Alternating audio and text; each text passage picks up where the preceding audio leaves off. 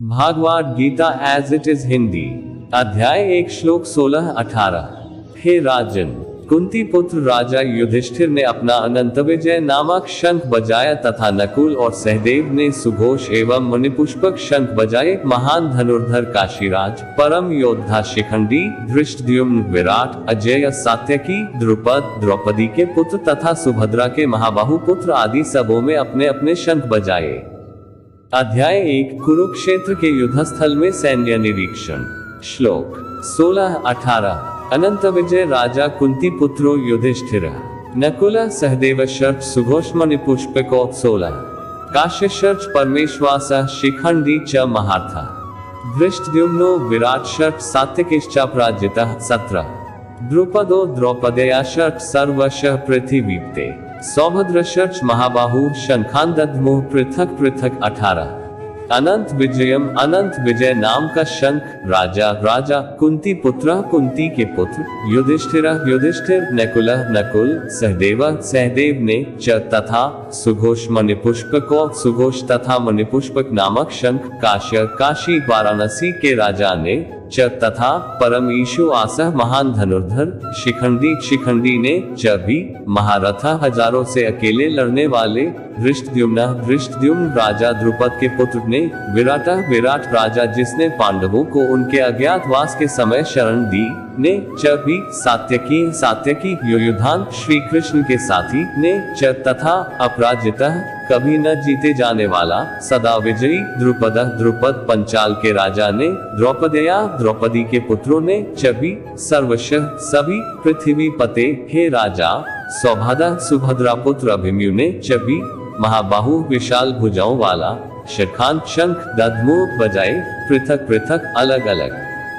भावार्थ। हे राजन, कुंती पुत्र राजा युधिष्ठिर ने अपना अनंत विजय नामक शंख बजाया तथा नकुल और सहदेव ने सुघोष एवं मुनिपुष्पक शंख बजाए। महान धनुर्धर काशीराज, परम योद्धा शिखंडी, धृष्टद्युम्न, विराट, अजेय, सात्यकी, द्रुपद, द्रौपदी के पुत्र तथा सुभद्रा के महाबाहु पुत्र आदि सबों में अपने अपने शंख बजाए।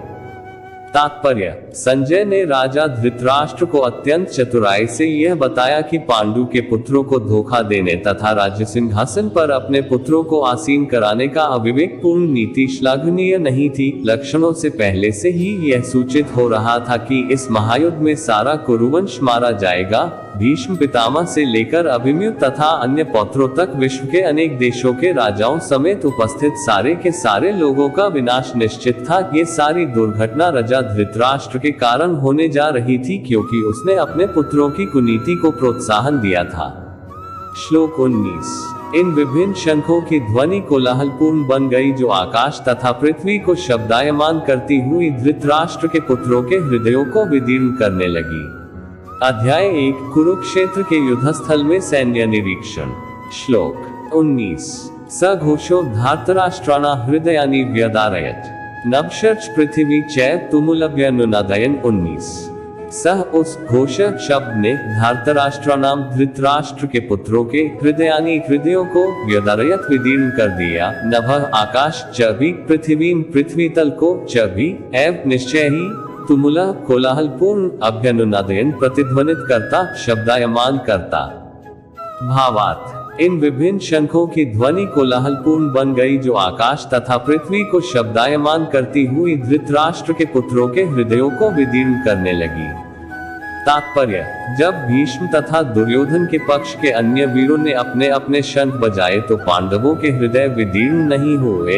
ऐसी घटनाओं का वर्णन नहीं मिलता, किंतु इस विशिष्ट श्लोक में कहा गया है कि पांडव पक्ष में शंखनाद से धृतराष्ट्र के पुत्रों के हृदय विदीर्ण हो गए। इसका कारण स्वयं पांडव और भगवान कृष्ण में उनका विश्वास है। परमेश्वर की शरण ग्रहण करने वाले को किसी प्रकार का भय नहीं रह जाता, चाहे वह कितनी ही विपत्ति में क्यों न हो।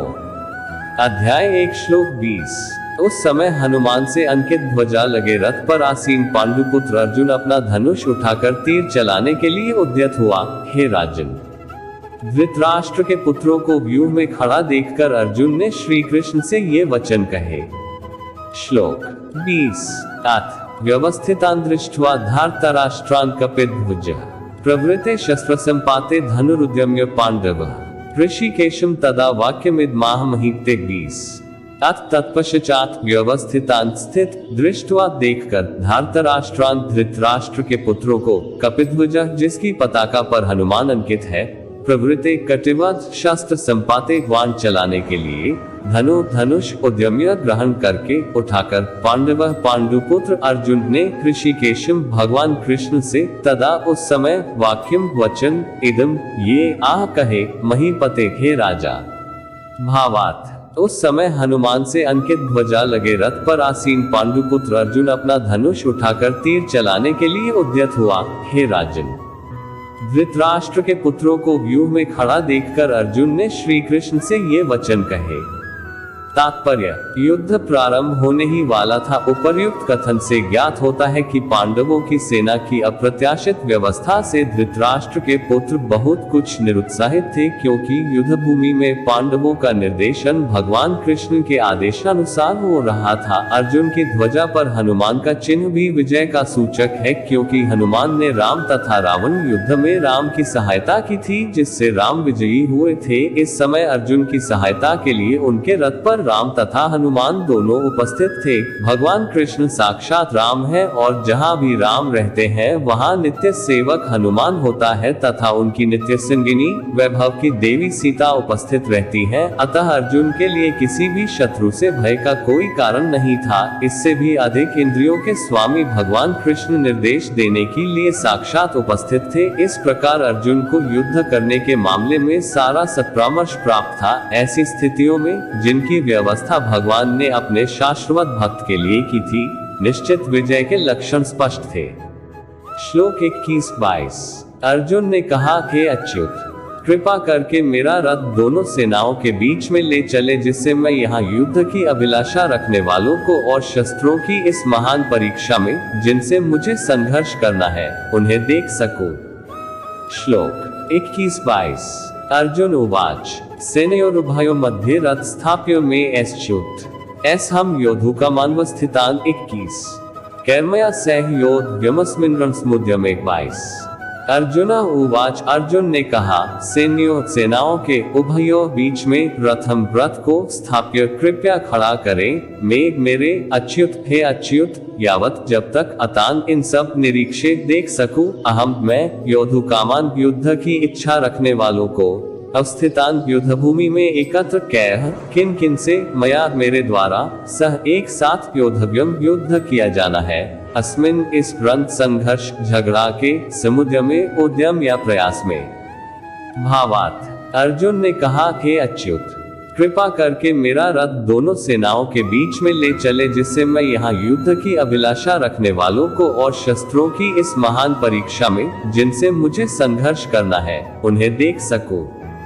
तात्पर्य, यद्यपि श्री कृष्ण साक्षात श्री भगवान है, किंतु वे अहेतु की कृपावश अपने मित्र की सेवा में लगे हुए थे। वे अपने भक्तों पर स्नेह दिखाने में कभी नहीं चूकते, इसलिए अर्जुन ने उन्हें अच्युत कहा है। सारथी रूप में उन्हें अर्जुन की आज्ञा का पालन करना था और उन्होंने इसमें कोई संकोच नहीं किया, अतः उन्हें अच्युत कहकर संबोधित किया गया है।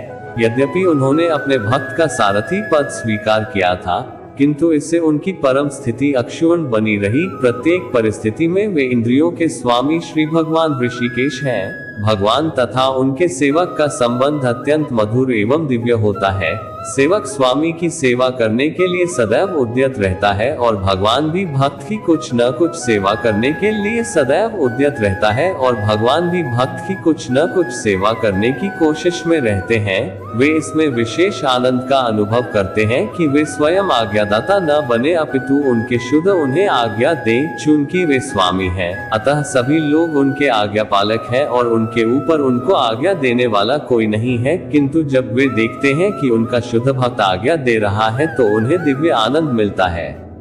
यद्यपि वे समस्त परिस्थितियों में अच्युत रहने वाले हैं, भगवान का शुद्ध भक्त होने के कारण अर्जुन को अपने बंधु बांधवों से युद्ध करने की तनिक भी इच्छा न थी, किंतु दुर्योधन द्वारा शांतिपूर्ण समझौता न करके हठधर्मिता पर उतारू होने के कारण उसे युद्ध भूमि में आना पड़ा। अतः वह ये जानने के लिए अत्यंत उत्सुक था कि युद्ध भूमि में कौन कौन से अग्रणी व्यक्ति उपस्थित हैं। यद्यपि युद्ध भूमि में शांति प्रयासों का कोई प्रश्न नहीं उठता तो भी वह उन्हें फिर से देखना चाह रहा था और ये देखना चाह रहा था कि वे इस अवांछित युद्ध पर किस हद तक तुले हुए हैं।